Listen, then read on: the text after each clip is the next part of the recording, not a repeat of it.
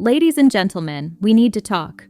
And by we, I mean you guys need to listen because apparently half of you are walking around completely clueless about how women actually work. I'm about to spill some serious tea about female psychology that your girlfriends will never tell you directly, and honestly, it's kind of embarrassing how obvious some of this stuff is once you know what to look for.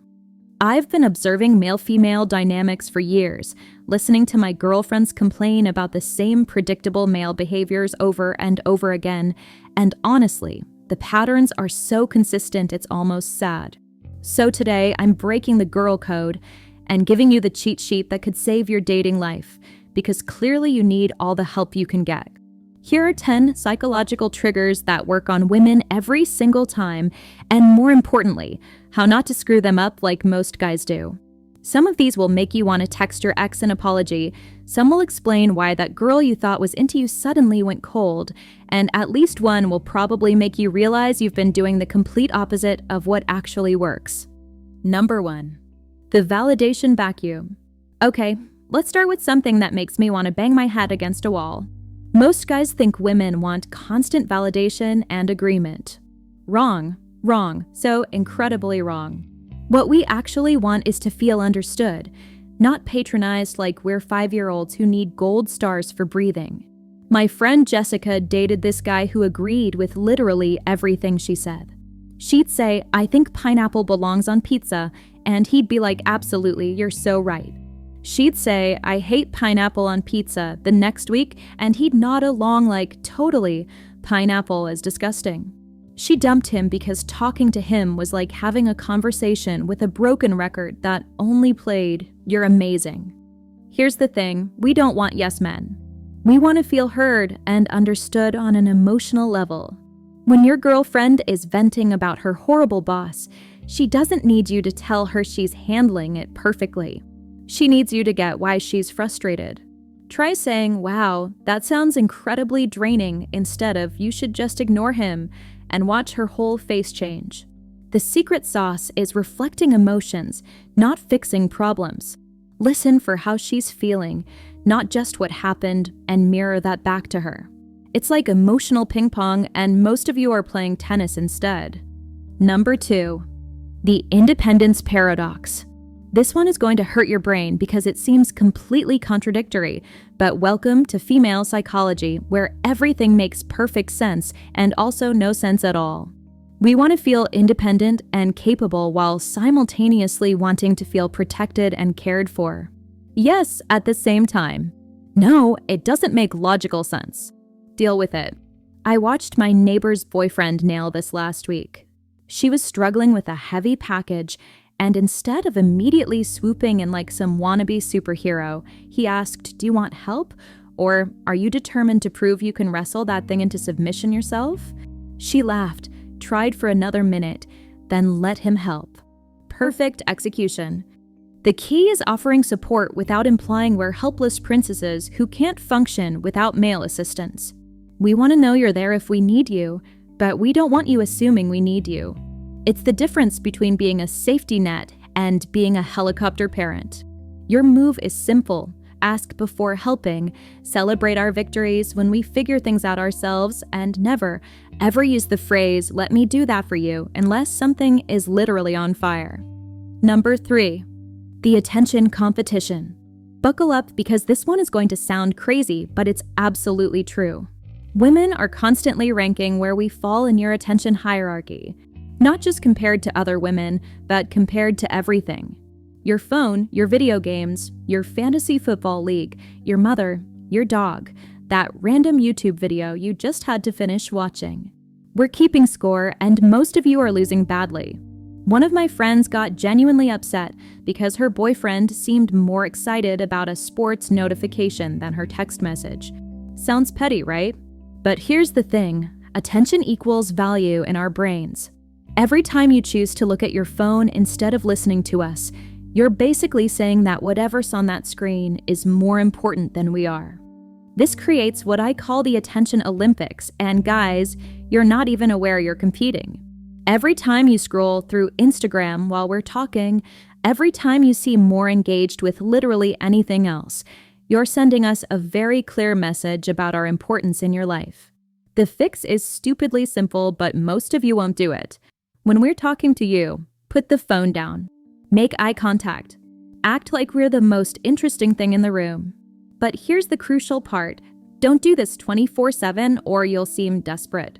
Make your focused attention feel special and earned, not default and expected. Number 4. The future security test. Here's something that will blow your mind. Women have built-in future scanning radar that's constantly running compatibility tests, even when we're not consciously thinking about marriage and babies. It's like we have background software evaluating everything you do through the lens of, could this person be a stable long-term partner? When we ask about your 5-year plan, we're not trying to trap you into proposing next week.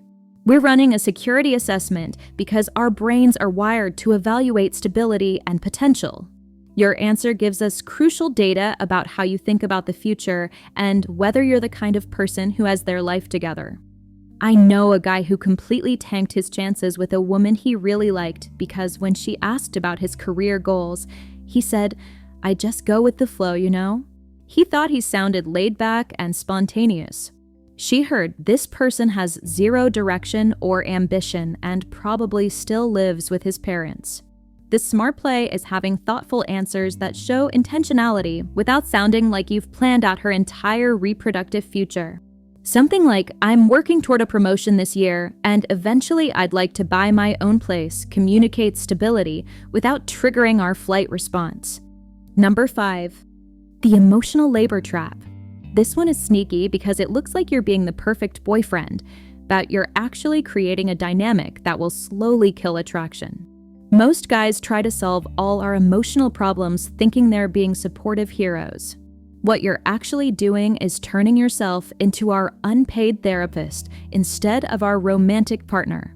When we come to you stressed about work drama or friend issues, your instinct is to jump into fix-it mode. Solve the problem, make us feel better, be the emotional superhero. Terrible strategy. What happens is we start seeing you as our emotional support animal instead of someone we want to rip our clothes off for. My friend dated a guy who would spend hours every day talking her through various problems and analyzing every social interaction she'd had. She thought it was sweet at first, but eventually she realized she was more sexually attracted to her actual therapist than to him. Not good. The better approach is what I call supportive detachment. Listen, acknowledge our feelings, but don't take ownership of fixing our emotional state. Say something like, "That sounds really frustrating. What do you think you're going to do about it?" You're showing you care without becoming our emotional janitor. Number 6. The social proof magnet. Women are incredibly tuned into social dynamics in ways that would make CIA agents jealous. We're constantly reading rooms, evaluating hierarchies, and watching how other people respond to you. And here's the kicker, how others treat you directly influences how attractive we find you. It's like we're crowdsourcing opinions about your worth. This is why women often become more interested in guys who are clearly liked and respected by others. It's not shallow, it's smart psychology. If everyone else values you, there's probably a good reason. We're using social proof as a shortcut to figure out if you're worth our time. I've seen this play out so many times it's almost predictable. A guy will be making progress with a woman, but the moment she sees him being ignored or disrespected in a group setting, her interest evaporates. On the flip side, I've watched completely average guys become significantly more attractive simply by being the person everyone gravitates toward at parties. The move here is building genuine social connections and being someone others naturally want to be around. Don't fake it because we can smell social desperation from 3 blocks away. Just focus on being genuinely interested in people and developing skills that make you interesting to be around. Number 7. The communication style disaster. Men and women literally speak different emotional languages, and most relationship problems happen because nobody bothered to get a translator. Women think out loud and use conversation to process feelings. Men think internally and only speak when they have conclusions. When these styles collide, chaos ensues. When we talk through a problem, we're not asking you to solve it. We're using verbal processing to work through our own thoughts. But most guys hear problem talk and immediately switch into solution mode, which completely misses what we actually need from the conversation. Perfect example from my own life. My friend called me complaining about her job for 30 minutes. Instead of interrupting with advice and solutions, I just listened and occasionally said things like, "Oh my God, that's so annoying, and what did you do then?" At the end, she said, "Thank you so much. I feel way better." She didn't need solutions. She needed someone to witness her processing. The key is recognizing processing talk versus actual help me talk. If we're not specifically asking for your advice, assume we just need a sounding board. Your job is to be an engaged audience, not a problem-solving machine. Number 8, the masculine energy craving. Okay, this one makes some people uncomfortable, but it's too important to ignore. Despite everything you hear about modern relationships and equality, most women are still biologically wired to be attracted to masculine energy. Not toxic masculinity or caveman nonsense, but confident, decisive, protective, masculine presence. This means being comfortable making decisions, taking initiative, and creating direction in the relationship. Women often test for this by creating situations where you need to step up and lead, and most guys completely miss these tests. I watched this happen at a restaurant when a couple spent 10 minutes going back and forth about where to sit. He kept asking, "Where do you want to sit?" And she kept saying, "I don't care, you pick." This went on until she was visibly annoyed. She wasn't actually indecisive about seating. She was testing whether he would take charge of a simple decision. He failed spectacularly. The smart move is being comfortable with leadership in small decisions. Pick the restaurant, choose the movie, decide on weekend plans. Not because we can't make these decisions, but because taking initiative demonstrates masculine energy that we're programmed to find attractive. Number 9, the emotional investment ladder. Here's something fascinating about how women develop attraction. While guys often decide if they're interested pretty quickly based on looks and initial chemistry, women tend to become more attracted as we become more emotionally invested in figuring you out. This is why just be yourself is such useless advice. Being yourself doesn't create investment. Creating intrigue, maintaining some mystery, and revealing deeper parts of yourself gradually over time creates investment. It's like we're solving a puzzle, and each piece makes us more curious about the complete picture. My friend's boyfriend understood this perfectly. Instead of word vomiting his entire life story on the first date, he revealed interesting details about himself slowly. Each new thing she learned made her more curious about what else she might discover. By the time she realized she was falling for him, she had invested so much emotional energy in understanding him that backing out felt impossible. The tactical approach is controlling information flow. Don't create fake mystery or lie about yourself, but don't reveal everything immediately either. Let us discover new layers of your personality over time. Keep some parts of your life and thoughts private until we've earned access through increasing investment. Number 10, the commitment readiness switch. Here's the big one that most guys completely botch. Women have an internal switch that determines whether we see you as boyfriend material or just someone fun to mess around with. This switch isn't based on how much we like you or how good the chemistry is. It's based on whether we can envision a stable, secure future with you. The crazy part is, this switch can flip either direction at any time based on your behavior and our life circumstances.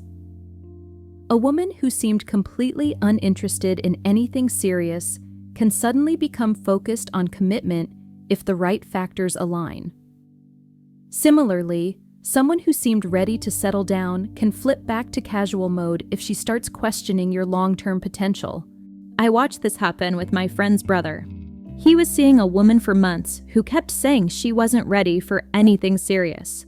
Then he got a promotion, started talking about buying a house, and mentioned wanting kids someday. Within 2 weeks, she was bringing up exclusivity and talking about meeting his family. Her commitment switch had completely flipped. The key insight is that this switch is based on security and stability, not just attraction and fun. If you want us to see you as relationship material, you need to demonstrate that you're building towards something meaningful, that you can provide security, and that you're serious about your own growth. But here's the plot twist that ties everything together.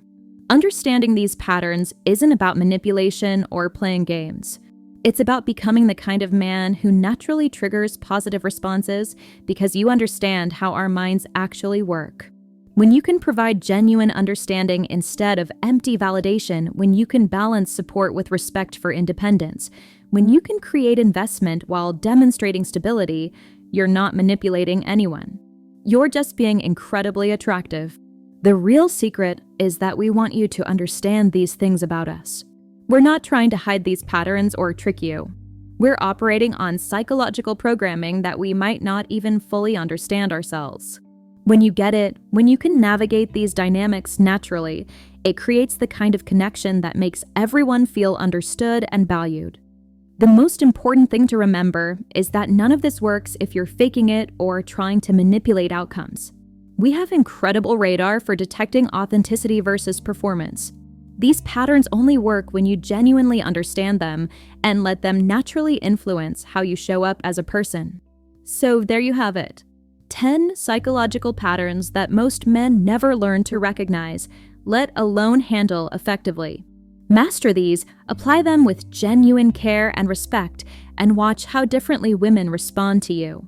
Not because you're playing games, but because you finally understand the game that was always happening.